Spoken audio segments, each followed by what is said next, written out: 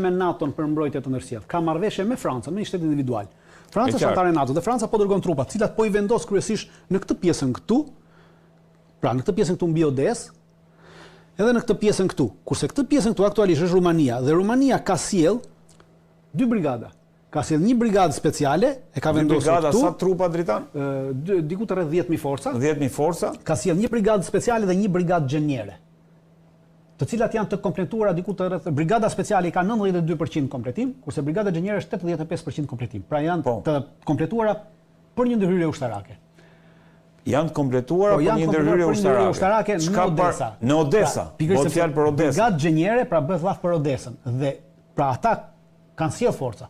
Edhe francezët po sjellin forca dhe po i grumbullojnë këtu. Por ama kemi një gjë që problemi që ata nuk është problemi i Odesës, sepse në Odesë është përcaktuar që Rusia ka deklaruar që çfarëdo lloj force ushtarake do jetë aty, neve do të godasim. Dhe kjo është e mbaruar. Por duke u mbuluar në aspektin e Odesës, duan të hyjnë në Moldavi dhe të marrin këtë pjesën e Transnistrias.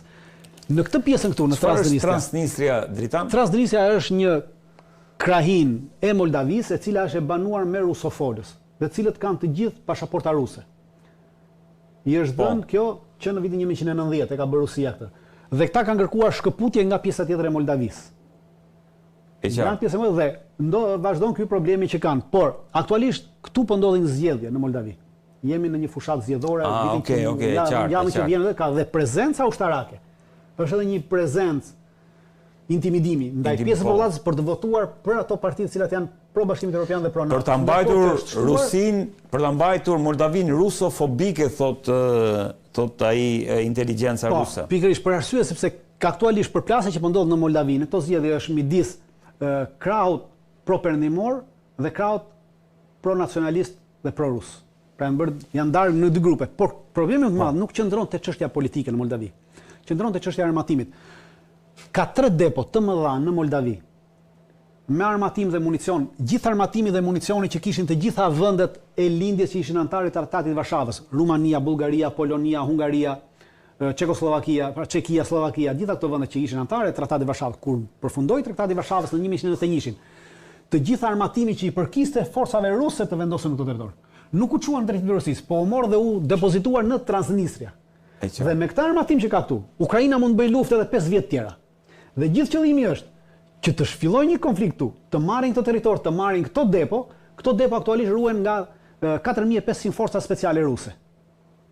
Pra janë nën kontrollin e forcave ruse direkt, jo të forcave moldave. E qartë. Dhe qëllimi është që të shkaktohet një luftë e brendshme, që të merren këto depo dhe të jepen Ukrainës armatime dhe municione që mund bëjë rezistencë edhe për 5 vjet pa pasur nevojë që Bashkimi Evropian të japi më para ose ndihmë ushtarake. Pra gjitha bëhet për këtë skenar. Pra lidhen gjitha për të ardhur te kjo. Por ama kemi një problem. Edhe te kjo, siç thash, këto depo që ndodhen në 3 vende, një këtu dhe një këtu poshtë, të gjitha këto 3 depo ruhen nga forca speciale ruse, pra janë forca të Rusisë. Dhe në rast se ti do të veprosh kundër tyre, Rusisi lindet drejta për të goditur këtu dhe siç e thatë në fillim, Moldavia nuk është një vend antar i NATO-s. Kështu që forcat ruse nesër mund të vinë dhe të hyjnë në Moldavi. Dhe kjo nuk do të prodhonte një përplasje. Por NATO-s dhe shumë vende Bashkimit Evropian intereson një përplasje tjetër në Moldavi, sepse për të ardhur në ndihmë, duhet të kalojnë kjo pjesë që kontrollohet nga Ukraina. Pra ardha në ndihmë e trupave tyre këtu është çike vështirë për Rusin.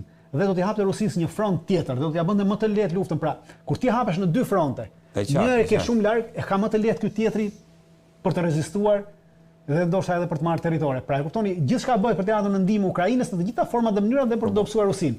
Shumë e qartë, Dritan, të falenderoj shumë që na sqarove këtë moment. Ndërkohë, Dritan, nuk e di sa kohë kemi, po më intereson shumë se po flasim për lidhjen e mesme, po flasim për Ukrainën. Kemi në Serbi së fundmi është bërë një paradë ushtarake, regjia duhet i kem edhe pamjet. Si e vlerësove dhe si e lexove këtë moment? Në rast se mbani mend, Vučići para 2 muajsh doli në një deklaratë publike dhe tha që do çudisim botën me paradën që do organizojmë në shtator, nëse mbani mend. Po. Realiteti është që nuk çuditi botën, çuditi vetëm neve që ishim këtu pak a shumë, pavarësisht deri diku. Nuk është se personalisht nuk mbeta i çuditur, pasi edhe më parë kam deklaruar këto armatime Dritan. Po, në këtë paradë Serbia angazhoi gjysmën e forcave të veta ushtarake. Pra, Serbia ka 24.000 forca ushtarake dhe në paradë morën pjesë 10.000 forca ushtarake. Pra, kaq është kapaciteti i Serbisë. paraqiti 3 avione Rafale, pra 3 të avionet Rafale që me Macron. Me Macron, por paraqiti avione Rafale nuk është se Rusia i ka marrë këta avion. Pra avionet u fluturuan nga pilot francez, sepse pilotët sërbë akoma nuk janë përgatitur, pra janë në përgatitje e sipër dhe nuk është se i ka marrë në dorëzim avionet. E ka thjesht për si eksploziv. Këta janë avion që do marrë, këta 12 avion që ka bler, pra është pjesë e këtyre 12 avionët, por në këtë moment nuk është se i posedon avionët. Pra thjesht i paraqitet si pjesë e marrëveshjes dhe që ashtu. Ajo çfarë me të vërtet solli një për pjesën tjetër është paraqitja e disa dronëve me teknologji. Dronët janë komplet prodhim dhe teknologji izraelite, por me licencë hungareze. Pra të kemi gjë. Pra dronët i prodhon Hungari dhe Serbia ka bërë një marrëveshje ushtarake me Hungarinë vjet për të marrë licencën e prodhimit të tyre dronëve. Pra një vend i NATO si ka dhënë Serbisë licencën e prodhimit të tyre dronëve që i prodhon vet, për interesat veta të marra nga Izraeli. Dhe e dyta, ajo që ka paraqiti ishte një lloj rakete me rrezet deri 350 km, është raketë totalisht izraelite. Pra ajo është teknologji 350 km distancë goditje është raketë izraelite. Pra atë e prodhon Izraeli, është për prodhim industrive ushtarake izraelite dhe ekskluzivitet vetëm i Izraelit. Dhe ja ka blerë si prodhim teknologjie, apo ja ka shitur Izraeli, kjo duhet parë. Pra këto ishin dy risit. Risit të tjera nuk ishte. Kjo raketa 350 km dritan? Kjo raketa 350 km, pra kërcënon Kosovën, në rast se do ta shohësh, po unë nuk e shoh si kërcënim për arsye se në Kosovë është tjetër, pra kemi tjera rrethana në Kosovë. Do të kemi gjë parasysh, çdo kush që mund ta thotë, pavarësisht se me daljen e kësaj krahasa politike në Kosovë filloi e gjitha në korë dhe thoshte kërcënim, unë nuk e shoh kërcënim këtë ushtri serbe për Kosovën edhe as për rajonin, pasi nuk ka kapacitete.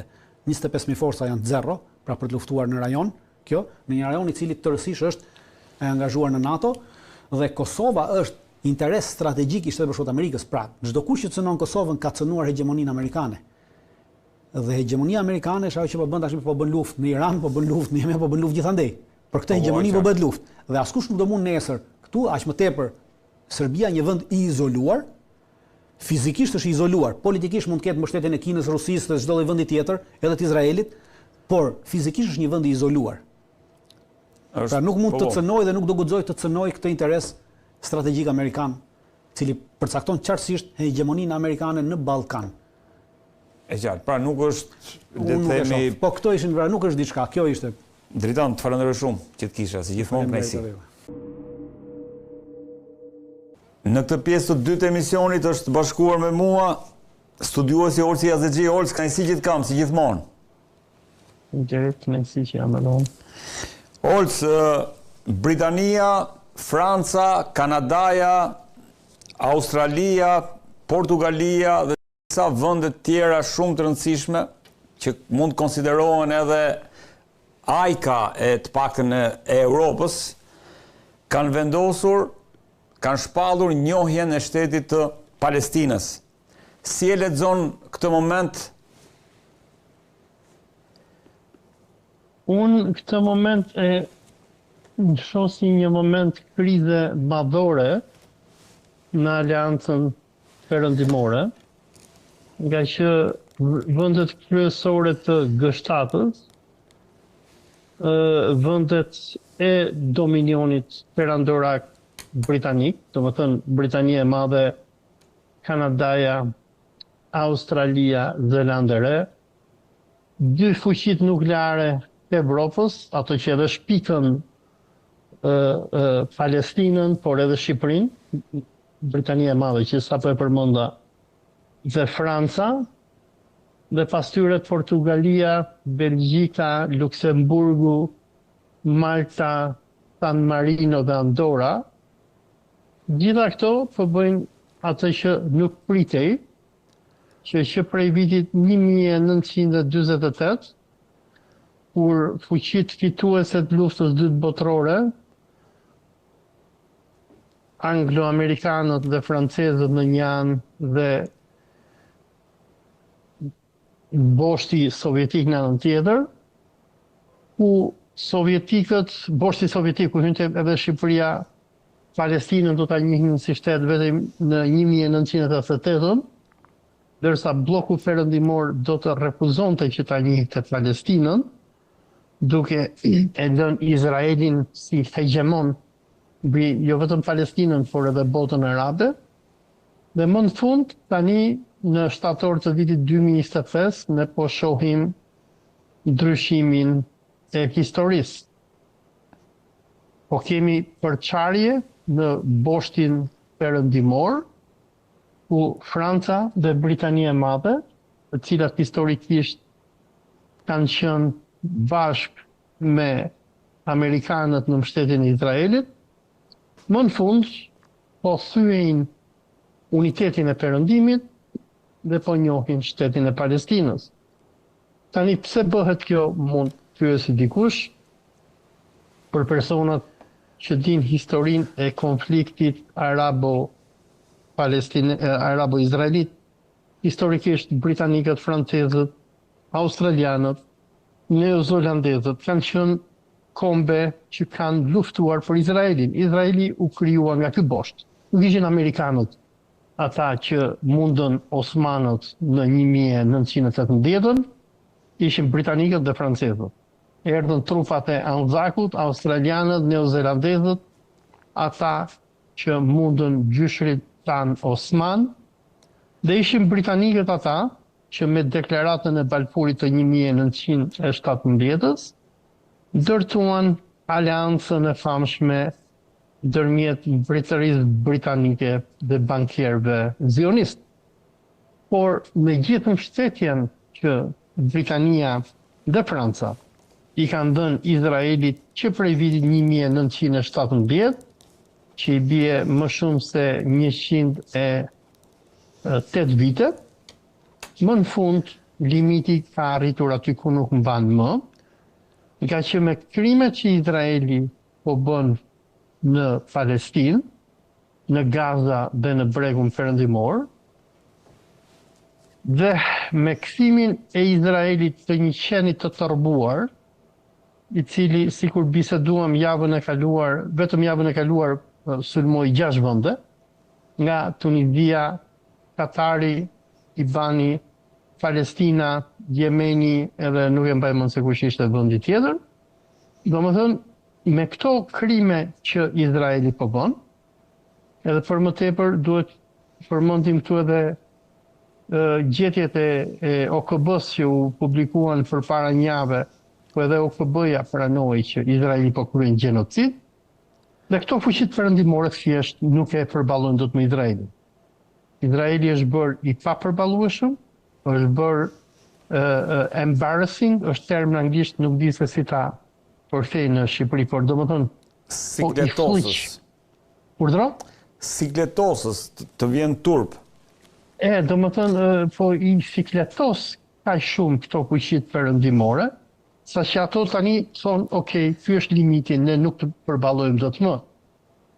Se duhet kuptojmë edhe një gjë tjetër, që me përfundimin e luftës dytë botërore dhe me mundjen e nazizmit, në botë u ndërtua OKB-ja dhe Organizata e Kombeve Bashkuara u ndërtua për të bërë ligjin ndërkombëtar. Dhe ligjin ndërkombëtar parashikon që shtetet pushtuese nuk kryen dot gjenocid mbi vendet që ata i pushtojnë. Deri tani Palestina ka qenë në okupimin e Izraelit, po për sa kohë që palestinezët mbaheshin në pushtim dhe nuk shfarroseshin në masë si tani, Alianca Perëndimore ishte e gatshme që t'i ignoronte krimet që bënte Izraeli. Por me atë që Izraeli po bën tani, që po vret njerëzit me uri, që rripi i Gazës është kthyer në një kamp përqendrimi ku Izraeli përdit godet me dron dhe me avion dhe me tanke, është bërë një situatë që njerëzimi nuk e ka parë që në luftën e Stalingradit. Dhe përveç kësaj, Izraeli tani më i ka kaluar gjitha limitet. Sepse Izraeli është në luftë dhe bombardon të gjithë fqinjet e tij. Nga Siria e deri në aleatin më të rëndësishëm të boshtit anglo-amerikan në gjirin persik, që është Katari. Sulmi që ju bë Katarit përpara 2 javësh, ku Katari edhe pse sponsorizon dhe mban bazën më të madhe ushtarake në lindjen e mesme, Izraelitët shkuan dhe bombarduan, ka thyer besimin e arabëve te perëndimi. Dhe në veçantitë e britanikët, dhe duhet të kuptojmë diçka që shumë nga këto vende arabe, që nga Katari e deri te Palestina, kanë qenë koloni britanike.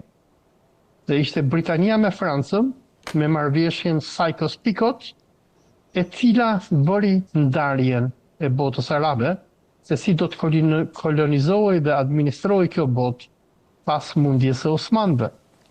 Dhe si francezët, si anglezët, kanë shpenzuar me miliarda dollar për të ngritur këto shtete në gjendje të tjera.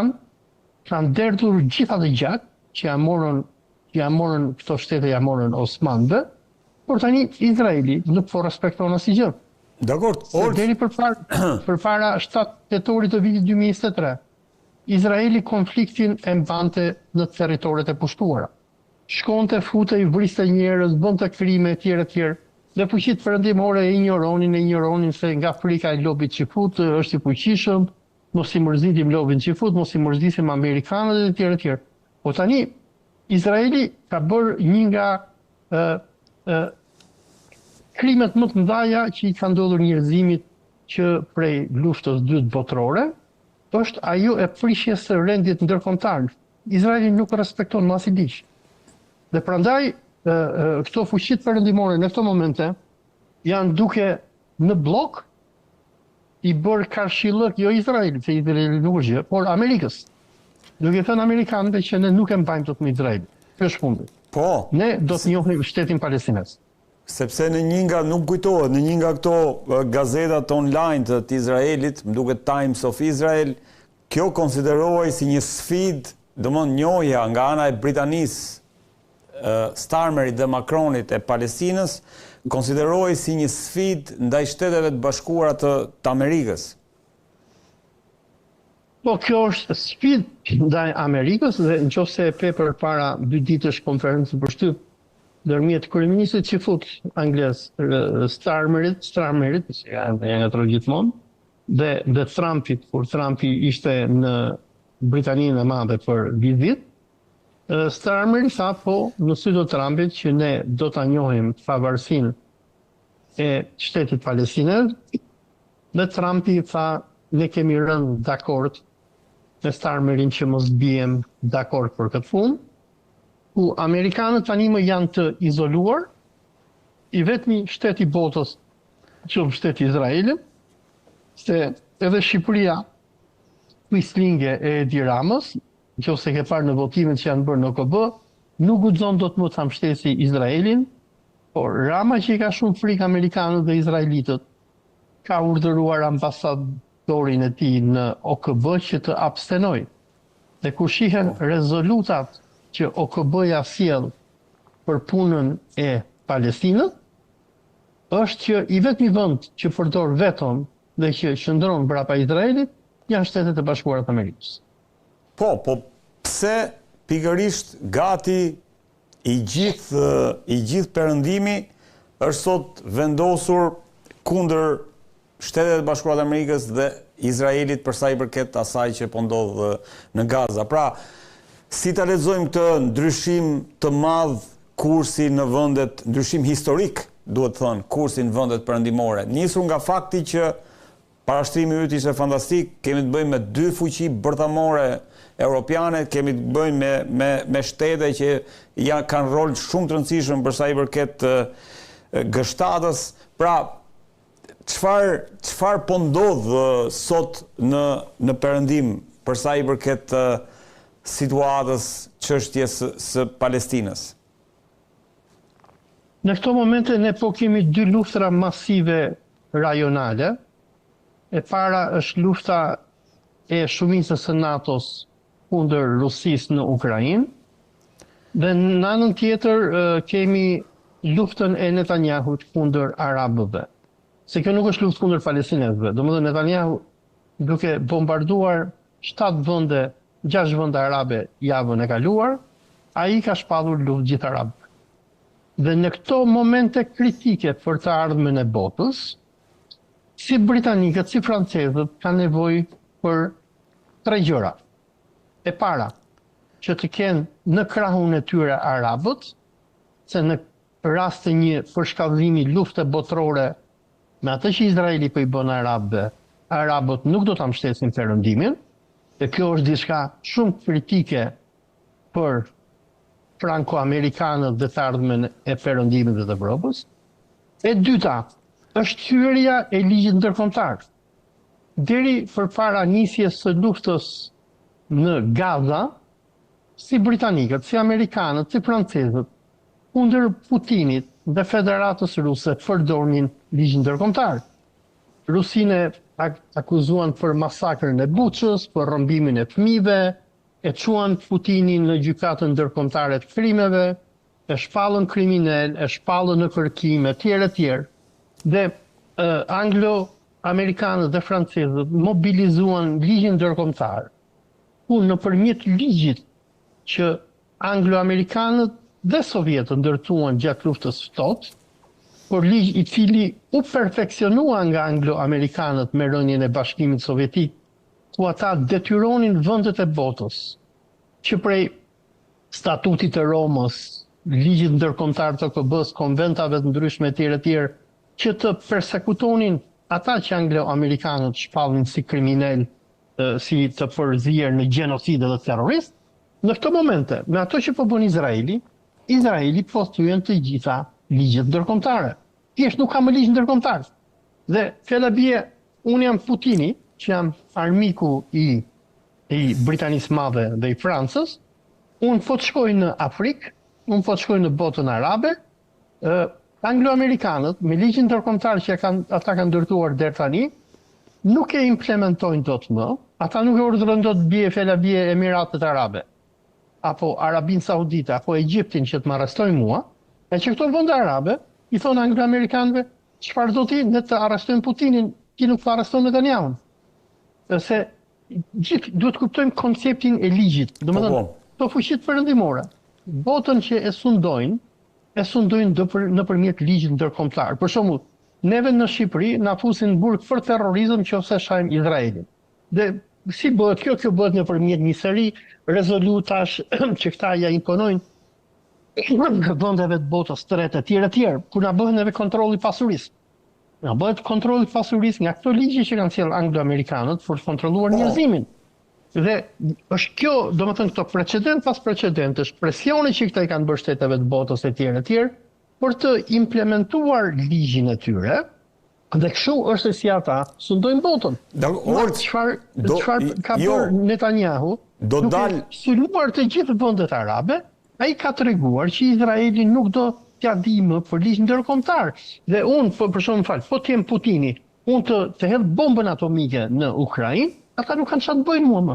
Sepse ligji ndërkombëtar u thye nga Izraeli, dhe Netanyahu është duke thyer, dhe britanikët nuk e kanë më hallin se Netanyahu është duke vrarë disa palestinezë dhe varje, ose këta palestinezët i mbyllim në këto kampet e përqendrimit, por ai po thyen ligjin ndërkombëtar në shkallë globale. Orc, do kthehem këtu, por